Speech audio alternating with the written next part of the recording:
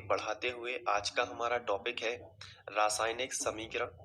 और रासायनिक समीकरण क्या होते हैं हम ये पढ़ेंगे और इन्हें कैसे संतुलित किया जाता है वो भी हम इस वीडियो लेक्चर में देखने वाले हैं। इसके पहले हमने 3 टॉपिक कवर किए हैं और आपको जैसा कि पता है कि हर टॉपिक को हम लोग एक क्वेश्चन के रूप में ले लेते हैं और वही क्वेश्चन होता है जो एग्जाम में पूछा जाता है या आपके अभ्यास में हो।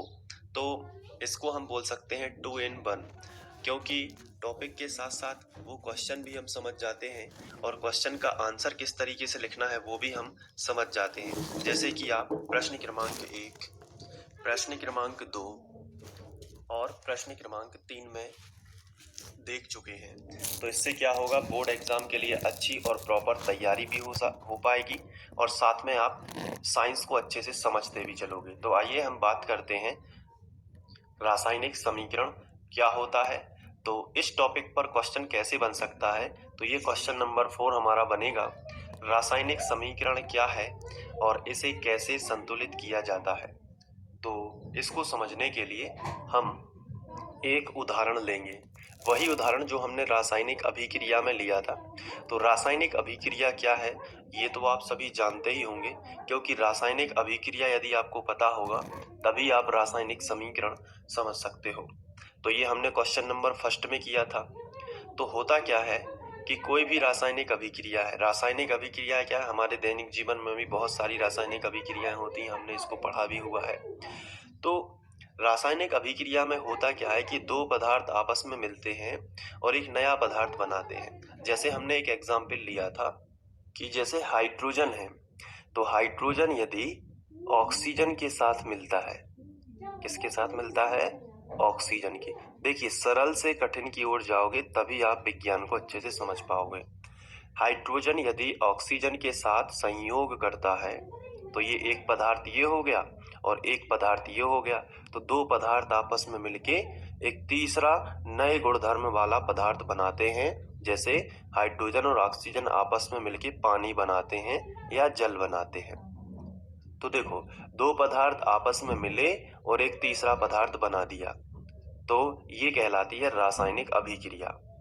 ये क्या है, इसको मैं कोष्टक में लिख लेता हूं, ये क्या है, तो ये रासायनिक अभिक्रिया है। इस तरीके से हुई। लेकिन अब इस रासायनिक अभिक्रिया को हम सूत्र या यहाँ पे सूत्र लिखेंगे इसका, और या फिर इसकी अवस्थाएं भी साथ में लिखेंगे। देखो कैसे, जैसे हाइड्रोजन, अगर हम इसको समीकरण के रूप में लिखना चाहें तो हम इस रासायनिक अभिक्रिया में जो प्रयुक्त हुए पदार्थ हैं उनका सूत्र लिखेंगे। तो कैसे लिख सकते हैं, जैसे हाइड्रोजन है तो हाइड्रोजन का संकेत होता है H, लेकिन हाइड्रोजन का सूत्र होता है H2। ये ध्यान रखना है, हाइड्रोजन का सूत्र क्या लिख दिया हमने, H2। तो ये क्या है बताओ, ये हाइड्रोजन का सूत्र है, ये प्लस का चिन्ह ज्यों का त्यों। ये है ऑक्सीजन, ऑक्सीजन को हिंदी में तो ऐसे लिखते हैं, लेकिन ऑक्सीजन का सूत्र क्या होता है, O2। ये देखो आप, O2। अब ये तीर का चिन्ह है। अब ये क्या है, पानी, पानी का सूत्र क्या होता है, H2O। ये होता है पानी का सूत्र।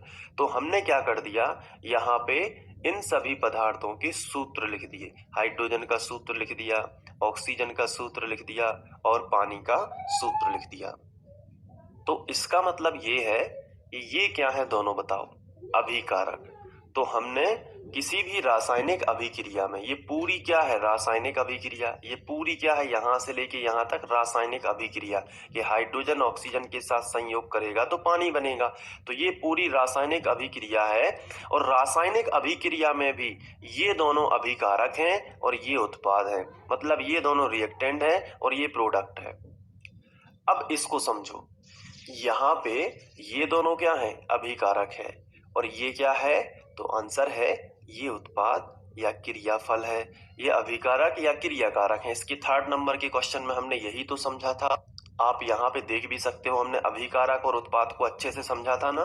तो ये बहुत जरूरी, इसलिए तो क्रम बहुत जरूरी होता है साइंस में।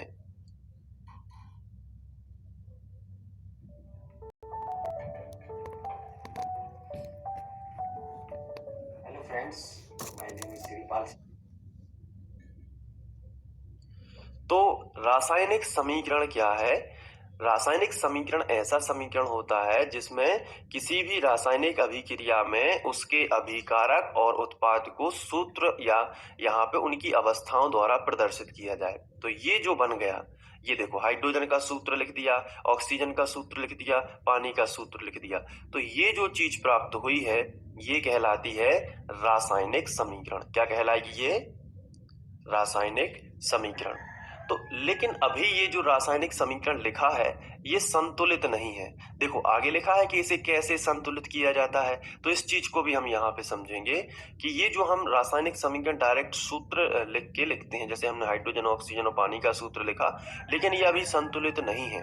ऐसा क्यों है? ऐसा इसलिए है क्योंकि यहाँ पे देखो तीर के चिन्ह के इस तरफ जितने यहाँ पे कोई भी तत्व है, जितने उसके परमाणु हैं या जितने मात्रा में वो यहाँ पे अभिकारक है उतने ही उत्पाद होने चाहिए। अब यहाँ पे देखो हाइड्रोजन कितने हैं? 2 H2, यानी हाइड्रोजन कितने हैं? 2। यहाँ पे देखो हाइड्रोजन कितने हैं? 2 ही है, H2 लिखा है ना। लेकिन ऑक्सीजन देखो O2 है, मतलब ऑक्सीजन 2 है। यहाँ पे देखो ऑक्सीजन कितने हैं? केवल 1 है। तो अगर हम यहाँ पे 2 लगाते हैं तो पानी का सूत्र बिगड़ जाएगा, H2O2 हाइड्रोजन पेरोक्साइड बन जाएगी। अगर हम इसको ऐसे लिखते हैं H2O2 तो ये सूत्र बिगड़ जाएगा। तो इसलिए हम 2 को कहाँ लिखने वाले हैं? आगे यहाँ पे लिखेंगे। क्या कर रहे हैं हम? संतुलित कर रहे हैं। अभी सीख जाओगे धीरे धीरे। तो हम संतुलित कर रहे हैं, मतलब 2 का गुणा कहाँ कर रहे हैं? आगे कर रहे हैं। तो 2 का गुणा आगे हो गया तो 2 ऑक्सीजन हो गए।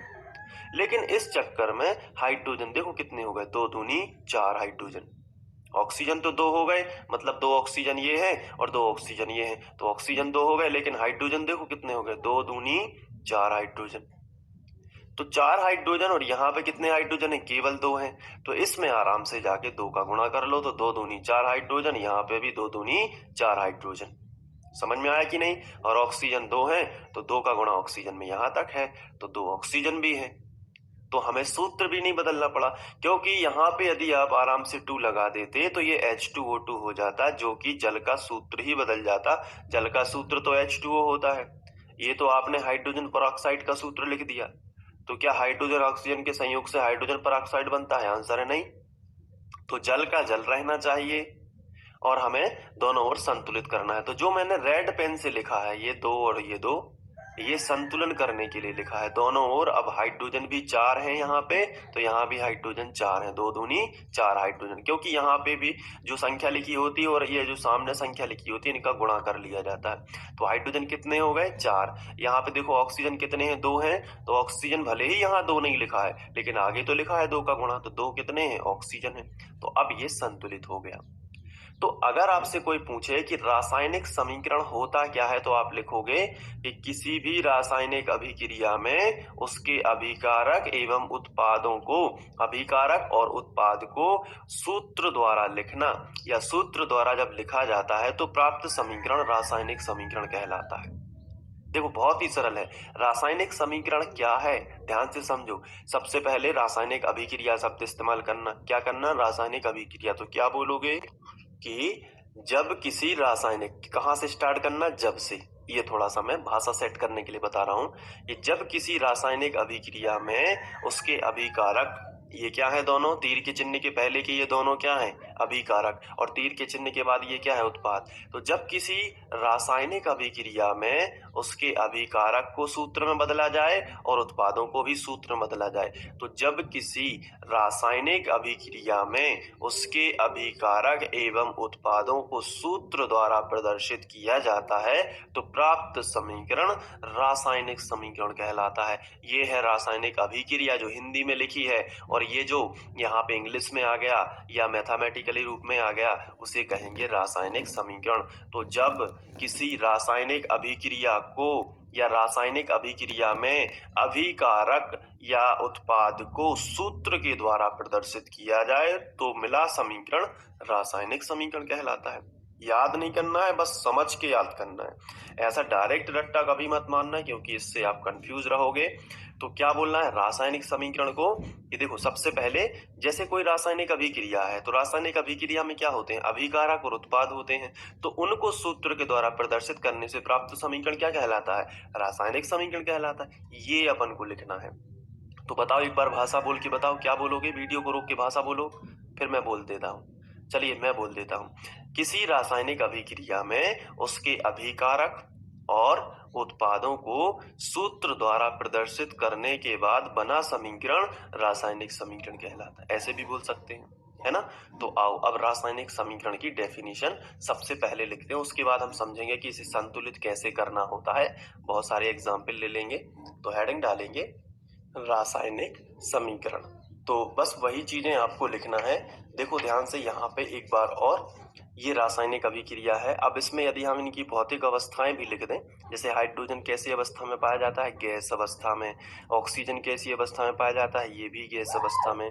और ये जो पानी है ये लिक्विड यानी द्रव अवस्था में होता है।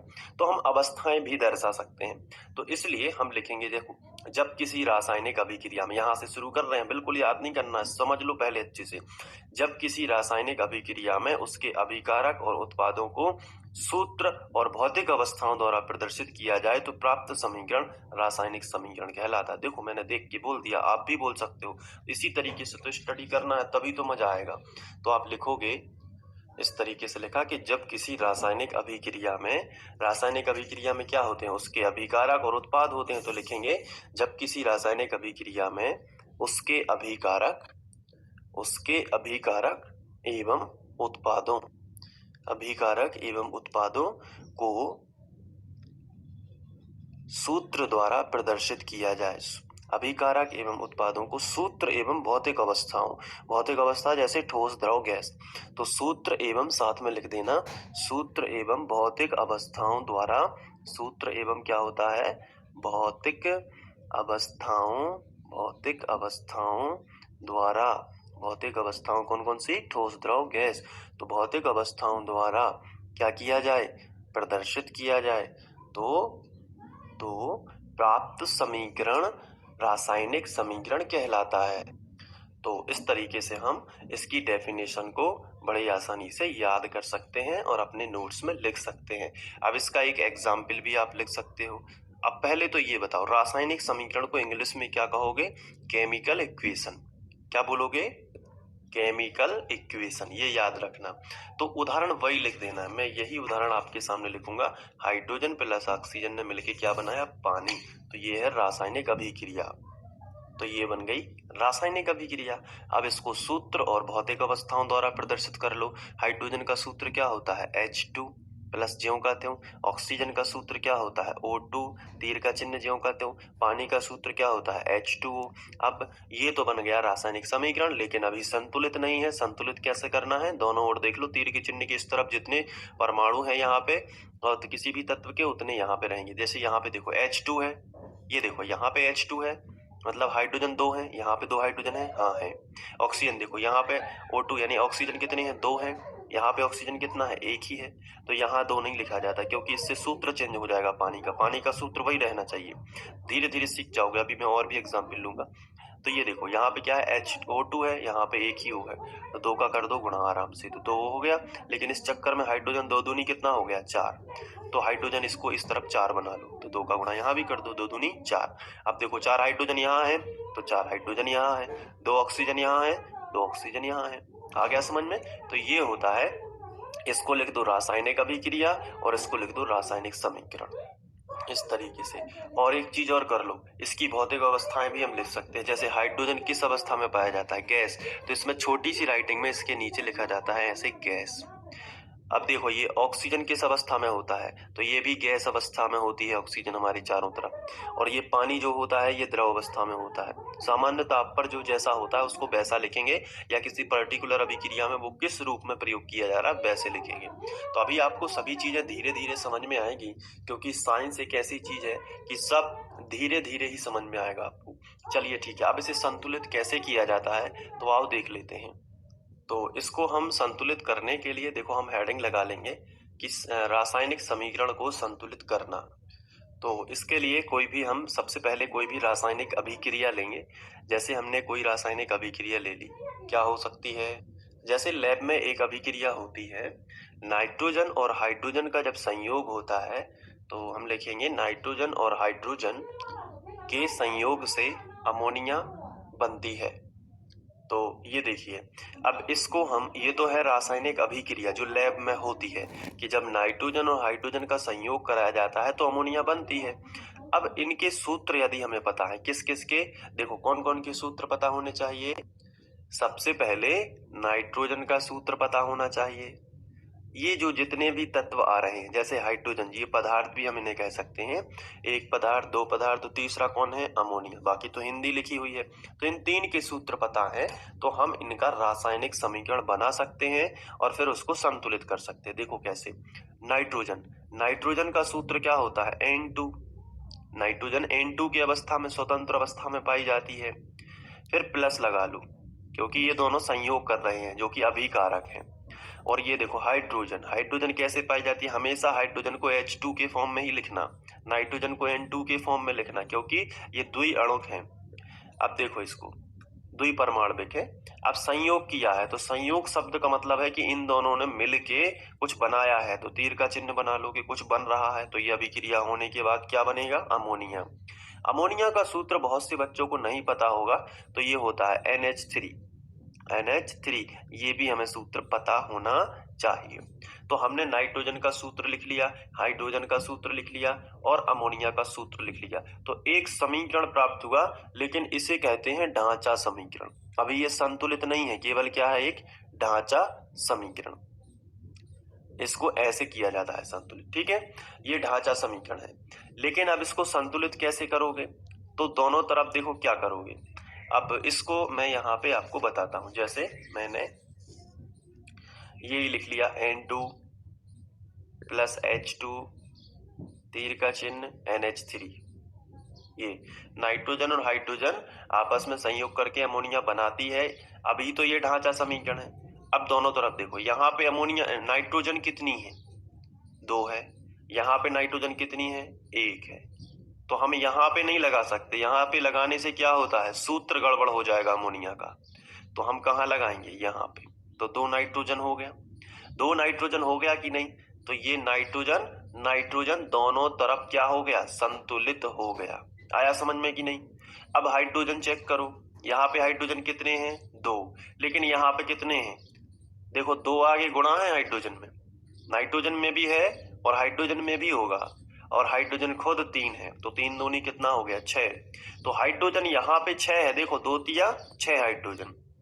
यहाँ नाइट्रोजन केवल कितने हैं, 2, लेकिन हाइड्रोजन कितने हैं, 2 तिया 6 हाइड्रोजन। और यहाँ पे हाइड्रोजन कितने हैं बताओ, केवल 2। तो यहाँ कितने का गुणा कर दें कि हाइड्रोजन 6 बन जाए, दोनों तरफ बैलेंस हो जाए। तो 3 दूनी होता है ना 6, तो 3 दूनी 6। ये हाइड्रोजन कितने हो जाएंगे, 6, और ये हाइड्रोजन भी कितने हो गए, 6। नाइट्रोजन कितने हैं, 2, नाइट्रोजन भी कितने हो गए, 2। तो इसमें हमने, अगर इसको हमें संतुलित करना है तो नाइट्रोजन को हमें नहीं छेड़ना पड़ेगा। नाइट्रोजन ज्यों कहते हो, हाइड्रोजन में कितने का गुणा किया है, 3 का, तो 3H2 हो गया और तीर का चिन्ह, और ये 2NH3 हो गया। देखो अभी तो समझा है ना, तो ये हो गया 2NH3। तो ये कैसा समीकरण हो गया, ये हो गया संतुलित रासायनिक समीकरण। तो आपको इसी तरीके से संतुलित करना है। तो ये तो एक प्रकार से अगर क्वेश्चन आए कि इसे कैसे संतुलित किया जाता है, तो एक हमने एग्जाम्पल ले लिया। अभी और भी एग्जाम्पल हो सकते हैं और आपका टेस्ट में ले सकता हूँ। जैसे यहाँ पे मैं एग्जाम्पल लिखता हूँ, आपको इसे संतुलित करना है, ठीक है। कॉपी पेन तो तैयार रखिए, इसका आंसर यहीं तक लिखना, इसके नीचे थोड़ा सा और प्रैक्टिस हमें करना पड़ेगा। तो आप कॉपी पेन लेके बैठिए और इसको बताइए कि कैसे संतुलित होगा। वीडियो को रोक करके आप पहले कर लेना, फिर मैं बताऊंगा तो सुन लेना। ये देखो, ये एक रासायनिक समीकरण है जो कि एक ढांचा समीकरण है। अब इसको संतुलित करना है दोनों तरफ, तो वीडियो को रोक के संतुलित करने का प्रयास करो पहले खुद से, फिर मैं बता देता हूं, ठीक है। करो, प्रयास करो। चलिए अब मैं बता देता हूं, देखो ध्यान से। सबसे पहले कोई भी आपको ढांचा समीकरण दिया गया है तो ऐसा कोई भी पदार्थ ढूंढो या तत्व ढूंढो जो सबसे कम स्थान में आया हो। हाइड्रोजन, ऑक्सीजन जैसी गैसों को तो बाद में देखना है, इनको तो बाद में देखना है। यहाँ देखो, यहाँ ये जो Fe है ये कम जगह आया है, केवल 2 ही जगह आया है। ऐसा एक जो ट्रिक है इसको करने की, ठीक है, ये 12th लेवल तक भी चलती है, ठीक है। तो बहुत ही सिंपल तरीके से आप फटाफट से संतुलित कर दोगे। देखो यहाँ पे कितना है, Fe3, यानी Fe यहाँ पे आयरन कितना है, 3 है, और यहाँ पे आयरन Fe मतलब लोहा, यहाँ पे कितना है, केवल 1 है। और यहाँ पे कितना दिखाई दे रहा है 3। तो तीर के चिन्ह के इस तरफ जितना लोहा है, तीर के चिन्ह के इस तरफ भी उतना ही लोहा होना चाहिए। यहाँ पे 3 लोहा है, यहाँ पे केवल 1 लोहा है, तो 3 का गुणा कर दो, सिंपल। समझ में आया कि नहीं? अब हम यहाँ पे ऑक्सीजन या हाइड्रोजन दो में से किसी को भी संतुलित कर सकते हैं। हाइड्रोजन चेक कर लो, हाइड्रोजन यहाँ पे 2 है, यहाँ पे भी 2 हाइड्रोजन है, हाइड्रोजन से कोई छेड़छाड़ नहीं अभी कर रहे हैं। ऑक्सीजन यहाँ पे कितना है 4, ऑक्सीजन कितना है 4, ऑक्सीजन यहाँ पे कितना है 1, तो कितने का गुणा करना पड़ेगा 4 का गुणा करना पड़ेगा। कितने का 4 का, तो 4 हो गए ऑक्सीजन, लेकिन अब हाइड्रोजन डिस्टर्ब हो गए ना। 4 दूनी कितने हो गए हाइड्रोजन, कितने हो गए बताओ, 4 दूनी 8 हाइड्रोजन हो गए। यहाँ पे कितने हैं केवल 2, तो यहाँ पे भी 4 का कर दो, तो 4 दूनी 8 हाइड्रोजन हो गए। ये है बिल्कुल सिंपल। इसमें आपको बस थोड़ा सा कैलकुलेशन लगाना होता है और ये समीकरण संतुलित हो जाता है। तो बताओ कितना सिंपल है ना रासायनिक समीकरणों को संतुलित करना। और भी एग्जाम्पल हम ले सकते हैं, जैसे ये देखो, ये एक रासायनिक समीकरण है नीचे वाला, इसको संतुलित करो फटाफट, करो, वीडियो को रोक के करो, जैसे भी करो, इसको संतुलित करो। ठीक है, अब मैं आपको बता देता हूं। तीर के चिन्ह के इस तरफ जितने भी तत्व हैं उनको बराबर करना है, तीर के चिन्ह के इस तरफ दोनों तरफ बराबर। आयरन से शुरू करते हैं। यहाँ पे देखो आयरन कितने हैं 2 है, यहाँ पे आयरन कितना है केवल 1 है, तो कितने का गुणा कर दो 2 का कर दो। कोई टेंशन बिल्कुल नहीं, बिल्कुल सरल है। 2 आयरन यहाँ पे है, 2 आयरन यहाँ पे कर दिया। आया समझ में? अब एल्यूमिनियम देखो, एल्यूमिनियम यहाँ पे कितना है 1 है, लेकिन यहाँ पे Al2 2 है एल्यूमिनियम, तो यहाँ पे भी कितने का गुणा कर दो 2 का। ऑक्सीजन यहाँ पे 3 है, यहाँ पे भी 3 है, तो बस हो गया संतुलित। इसी तरीके से तो संतुलित किया जाता है ना। देखो और एग्जाम्पल लेते हैं, बहुत ही ध्यान से देखते जाना।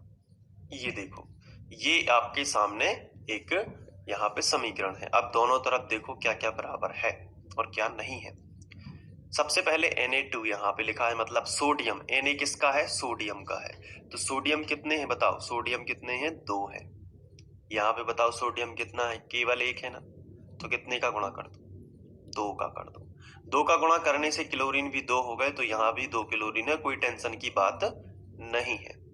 ठीक है, इसके बाद यहाँ देखो, यहाँ पे Ba है, यहाँ पे भी Ba है, यहाँ पे SO4 है, यहाँ पे भी SO4 है, कोई दिक्कत नहीं है, तो हो गया संतुलित। केवल यहाँ पे 2 सोडियम था, तो यहाँ पे 2 का गुणा बस कर देना, तो 2 सोडियम हो गए थे, लेकिन क्लोरीन भी 2 हो गए थे, तो यहाँ पे पहले से Cl2 लिखा है, मतलब क्लोरीन यहाँ पे 2 दिखाए गए हैं, तो केवल 1 2 का गुणा करने से पूरा समीकरण संतुलित हो जाता है। और एग्जाम्पल ले लेते हैं।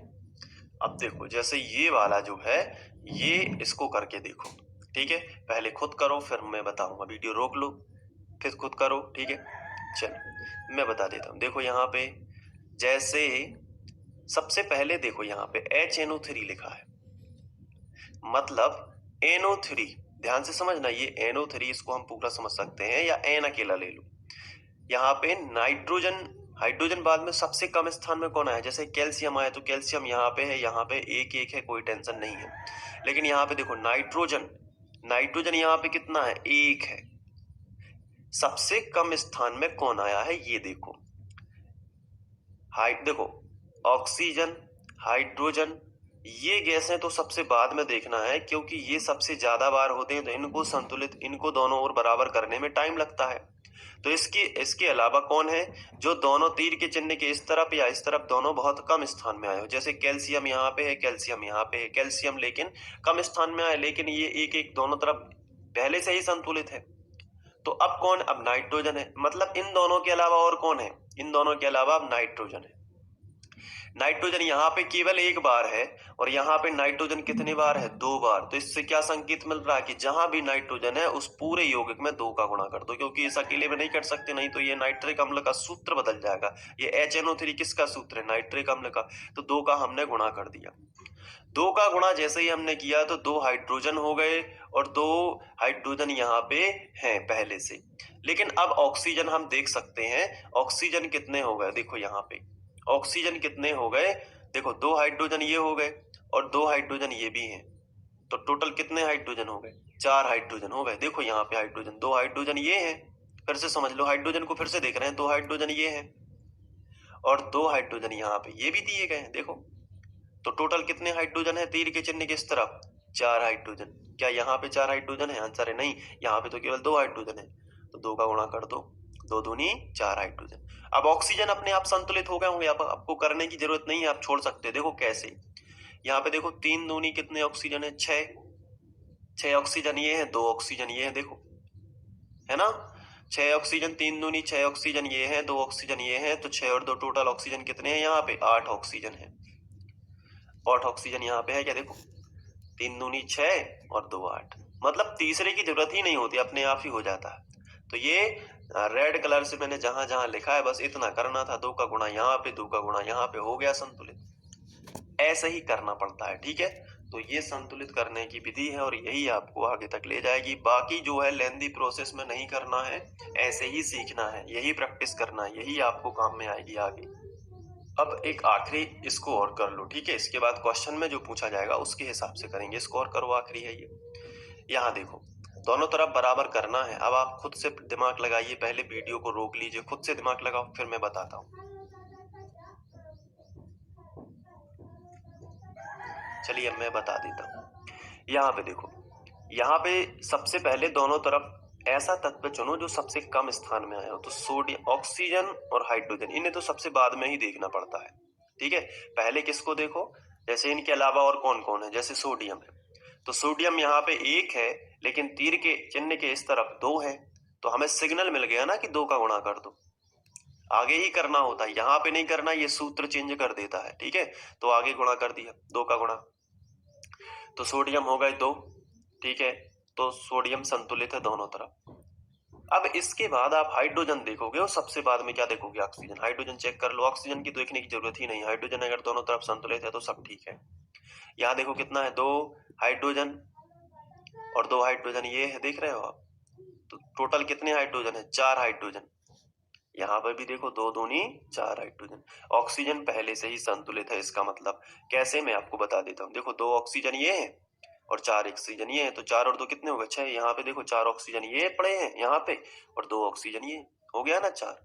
तो अगर हाइड्रोजन संतुलित है तो ऑक्सीजन अपने आप ही संतुलित हो जाता है, उसमें कोई दिक्कत वाली बात नहीं है। तो ये है रासायनिक समीकरण किस तरीके से हम संतुलित कर सकते हैं। तो अब आपको इसी तरीके से करना है। थोड़ा सा वीडियो लंबा हो गया, लेकिन हमें बहुत सी चीजें पता भी चल गई हैं, तो कोई दिक्कत नहीं है। 27 मिनट कुछ ज्यादा बड़े नहीं होते हैं इससे, लेकिन हमें समझ में तो आ गया कि रासायनिक समीकरण आखिर होता क्या है। देखो यहाँ क्वेश्चन जो है इसका आंसर भी हो गया, नोट्स भी बन गए, समझ में भी आ गया और हमने उदाहरण भी देख लिया संतुलित कैसे किया जाता है, और इसके अलावा 5-6 एग्जाम्पल और भी देख लिए हैं। तो कुल मिला के हमने एक बहुत ही अच्छे तरीके से नोट्स प्रॉपर भी जमा लिए हैं और समझ भी लिया है। चलिए इसके बाद अब हम लोग हमने अभी तक क्या क्या कवर कर लिया है ये देख लेते हैं थोड़ा सा। ये देखो, ये पहला क्वेश्चन हमने रासायनिक अभिक्रिया पढ़ा है ये। इसके बाद मैं, क्योंकि मैं नोट्स बनाते ही जा रहा हूँ, जैसे आप बनाते जा रहे हैं ना वैसे मैं भी बनाता जा रहा हूँ। ये देखो दूसरा, कभी मैं एक आध वीडियो में पूरे क्वेश्चन दिखा दूंगा तो आप रोक रोक करके नोट भी कर सकते हैं। ये दूसरा, और ये देखो ये जो है ये तीसरा क्वेश्चन है, और आज जो हमने किया है वो चौथा है, और इसकी आने वाला जो क्वेश्चन है वो 5वां है। ये देखो ये 5वां क्वेश्चन है, आने वाला क्वेश्चन है कि रासायनिक समीकरण को संतुलित हम क्यों करते हैं। अभी हमने ये पढ़ा कि रासायनिक समीकरण हमने संतुलित कर दिया, लेकिन क्यों किया हमने, इसका महत्व क्या है। तो इसको हम लोग नेक्स्ट क्वेश्चन में टॉपिक के साथ ही पढ़ेंगे। तो कभी ये टॉपिक भी आए आपके लिए इंपॉर्टेंट रहेगा और टॉपिक पर ही क्वेश्चन भी आ गया तो क्वेश्चन भी रहेगा, क्योंकि ये भी पूछा जाता है। तो साइंस को एक तरफ से हम लोग पढ़ रहे हैं, तो ये हम लोग नेक्स्ट वीडियो लेक्चर में करेंगे, क्योंकि सभी वीडियो से एक साथ रखने से, ये देखिए जैसे ये वीडियो ज्यादा लंबा हो गया।